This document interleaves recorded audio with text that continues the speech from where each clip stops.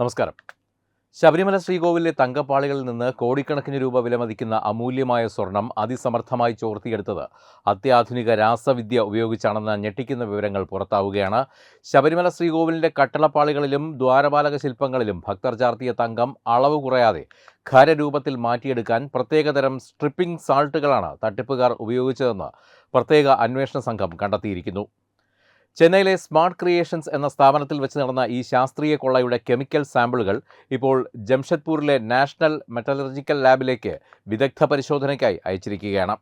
മുംബൈയിൽ നിന്നാണ് കട്ടിളപ്പാളികളിലെ സ്വർണം അലിയിച്ചെടുക്കാൻ ആവശ്യമായ ഈ പ്രത്യേക കെമിക്കൽ മിശ്രിതം സ്മാർട്ട് ക്രിയേഷൻസ് അധികൃതർ രഹസ്യമായി വാങ്ങിയതെന്ന് പോലീസ് കണ്ടെത്തിയിട്ടുണ്ട്. സാധാരണയായി സ്വർണം വേർതിരിച്ചെടുക്കാൻ സയനൈഡ് അടങ്ങിയ മിശ്രിതങ്ങളാണ് ഉപയോഗിക്കാറുള്ളതെങ്കിലും അത് കടുത്ത വിഷവസ്തുവായതിനാലും വിപണിയിൽ കടുത്ത നിയന്ത്രണങ്ങൾ ഉള്ളതിനാലും ഇവർ പകരമൊരു വിദ്യയാണ് സന്നിധാനത്തെ സ്വർണം കവരാനായി ഉപയോഗിച്ചതെന്ന് പോലീസ് കണ്ടെത്തിയിരിക്കുന്നു. വില കൂടുതലുള്ള സയനൈഡിന് പകരം വ്യാവസായിക ആവശ്യങ്ങൾക്കായി ഉപയോഗിക്കുന്ന പൊട്ടാസ്യം അയഡിന്റെയും പ്രത്യേക മിശ്രിതമാണ് സ്വർണ്ണക്കൊള്ളയ്ക്കായി ഉപയോഗിച്ചിരിക്കുന്നത്.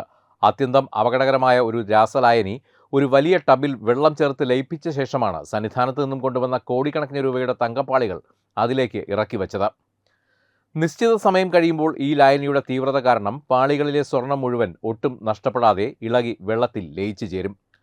സ്വർണം പൂർണ്ണമായും വേർപെട്ട് ചെമ്പ് പാളികൾ മാത്രം ടബിൽ അവശേഷിക്കുകയും വിലപിടിപ്പുള്ള സ്വർണ്ണക്കണ്ണികൾ ലായനികൾ ലയിച്ചു കിടക്കുകയും ചെയ്യുന്നതാണ് ഈ പ്രക്രിയയുടെ ആദ്യഘട്ടം. ഇത്തരത്തിൽ പൊട്ടാസ്യം അയഡൈഡ് ലായനിയിൽ ചേർന്ന സ്വർണത്തെ വീണ്ടും ഖരരൂപത്തിലുള്ള തങ്കക്കട്ടികളാക്കി മാറ്റാൻ പ്രത്യേക റെഡ്യൂസിംഗ് ഏജന്റുകളാണ് ഇവർ ഉപയോഗിച്ചിരുന്നതെന്നും കണ്ടെത്തിയിട്ടുണ്ട്.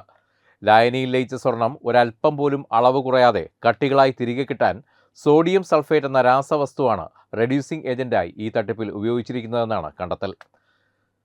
സോഡിയം സൾഫേറ്റ് ചേർക്കുന്നതോടെ ലായനിയിലുള്ള സ്വർണം മുഴുവൻ അടിഞ്ഞ് കട്ടിയുള്ള തനി തങ്കമായി രൂപപ്പെടുകയും ഇത് കൃത്യമായി ശേഖരിച്ചു മാറ്റുകയുമായിരുന്നു ഇവരുടെ രീതി.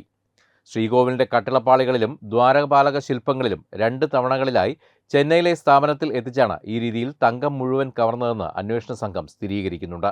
ഇങ്ങനെ പാളികളിൽ ഒട്ടിപ്പിടിച്ചിരുന്ന മുഴുവൻ സ്വർണവും രാസലായനി ഉപയോഗിച്ച് എടുത്തു മാറ്റിയ ശേഷം തിരികെ കൊണ്ടുപോകുന്നതിനായി വളരെ കുറഞ്ഞ അളവിലുള്ള സ്വർണം മാത്രം ഉപയോഗിച്ച് മുകളിൽ വീണ്ടും പൂശുകയായിരുന്നു. ഉപരിതലത്തിൽ സ്വർണ്ണനിറം കൃത്യമായി നിലനിൽക്കുമെന്നതിനാൽ ഒറ്റനോട്ടത്തിൽ ഈ വൻ തട്ടിപ്പ് ആർക്കും മനസ്സിലാക്കാൻ സാധിക്കില്ല. വർഷങ്ങൾക്ക് മുമ്പ് പ്രമുഖ വ്യവസായി വിജയ് മല്യ ശബരിമലയിലെ ചെമ്പ് പാളികളിൽ പൊതിഞ്ഞു നൽകിയ വലിയൊരളവ് സ്വർണ്ണമാണ് ഈ രീതിയിൽ ലായനി മുക്കി ഉദ്യോഗസ്ഥരുടെ ഒത്താശയോടെ മാറ്റിയെടുത്തതെന്നാണ് അന്വേഷണ സംഘം ഇപ്പോൾ കരുതുന്നത്.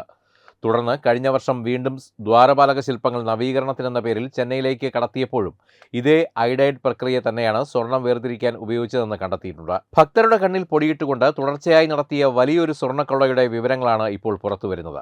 തമിഴ്നാട്ടിലെ സ്ഥാപനത്തിൽ വച്ച് എല്ലാ പാളികളിൽ നിന്നും ഒരേ സമയം സ്വർണം മാറ്റാൻ ഇവർ മുതിർന്നിരുന്നില്ലെന്ന തന്ത്രപരമായ വിവരവും പോലീസിന് ലഭിച്ചിട്ടുണ്ട്. പെട്ടെന്ന് സംശയം തോന്നാതിരിക്കാൻ ചില പ്രധാന ഭാഗങ്ങളിലെ സ്വർണം മാത്രം രാസലായനിയിൽ മുക്കി മാറ്റുകയും മാറ്റാത്ത ഭാഗങ്ങൾ ബാക്കി വെറുതെ പോളിഷ് ചെയ്ത് തിളക്കം കൂട്ടുകയുമാണ് ചെയ്തിരിക്കുന്നത്. കഴിഞ്ഞ വർഷം അതീവ രഹസ്യമായി സന്നിധാനത്ത് നിന്നും ഈ പാളികൾ ചെന്നൈയിലേക്ക് കടത്തിയപ്പോഴാണ് ഇത്രയും കാലം മൂടിവെച്ചിരുന്ന ഈ മഹാകൊള്ളയുടെ വിവരങ്ങൾ പുറം ലോകം അറിയുന്നത്, അതും തത്വമൈ ന്യൂസിലൂടെ. ഈ കഴിഞ്ഞ ഓണം നാളുകളിൽ, അതായത് കൃത്യമായി പറയുകയാണെങ്കിൽ 4ാം ഓണ ദിവസം ചന്ദ്രഗ്രഹണ ദിവസം രാത്രിയാണ് ഇത്തരത്തിൽ അന്നത്തെ ദേവസ്വം ബോർഡ് പ്രസിഡന്റായിരുന്ന PS പ്രശാന്തൻ്റെ നേതൃത്വത്തിൽ ഈ പാളികൾ ഇളക്കി മാറ്റി സ്വർണത്തിൽ ഈ സ്വർണം വീണ്ടും ചെന്നൈയിലെ സ്മാർട്ട് ക്രിയേഷൻസിലേക്ക് പോളിഷിങ്ങിനായി കൊണ്ടുപോയത്. ചോദിച്ചപ്പോൾ ദേവസ്വം ബോർഡിൻ്റെ എല്ലാവിധ നടപടികളും പൂർത്തിയാക്കിയാണ് കൊണ്ടുപോയതെന്നാണ് അദ്ദേഹം ആദ്യം അവകാശപ്പെട്ടത്. പക്ഷേ അങ്ങനെ ആയിരുന്നില്ല എന്നുള്ളതാണ് ശബരിമല സ്പെഷ്യൽ കമ്മീഷണർ റിപ്പോർട്ട്. ഇതിന്മേലാണ് ഹൈക്കോടതി കേസെടുത്ത് അന്വേഷണത്തിന് ഉത്തരവിട്ടത്. ആ ഉത്തരവാണ് ഇത്തരത്തിൽ വലിയൊരു കൊള്ള ലോകത്തിന് മുന്നിൽ അനാവരണം ചെയ്തു നിൽക്കുന്നത്. എന്തായാലും ഈ സ്വർണ്ണക്കൊള്ളയുടെ കൂടുതൽ വിവരങ്ങൾ ഈ ജംഷഡ്പൂരിലെ ലാബിൽ നിന്നുള്ള വിദഗ്ധ പരിശോധനയ്ക്ക് ശേഷം കൂടുതൽ വിവരങ്ങൾ ലഭ്യമാകും. അതിൻ്റെ അടിസ്ഥാനത്തിലാകും കുറ്റപത്രം ഉൾപ്പെടെയുള്ള കാര്യങ്ങൾ SIT കോടതിയിൽ സമർപ്പിക്കുക. വെബ് ഡെസ്ക് തത്വമൈ ന്യൂസ്. HIV അണുബാധ സന്തോഷപൂർണ്ണമായ ഒരു ജീവിതത്തിന് തടസ്സമല്ല. HIV അണുബാധയ്ക്ക് ഫലപ്രദമായ ചികിത്സ ഇന്ന് ലഭ്യമാണ്. ഇതിന് യഥാസമയം അണുബാധ കണ്ടെത്തുന്നതും കാലേക്കൂട്ടി ചികിത്സ നടത്തേണ്ടതും അത്യാവശ്യമാണ്. സൗജന്യമായ ചികിത്സയും മാർഗനിർദ്ദേശങ്ങളും സർക്കാർ ആശുപത്രികളിലെ ART അഥവാ ഉഷസ് കേന്ദ്രങ്ങളിൽ ലഭ്യമാണ്. ആരോഗ്യ സംരക്ഷണം ഓരോരുത്തരുടെയും ഉത്തരവാദിത്തമാണ്.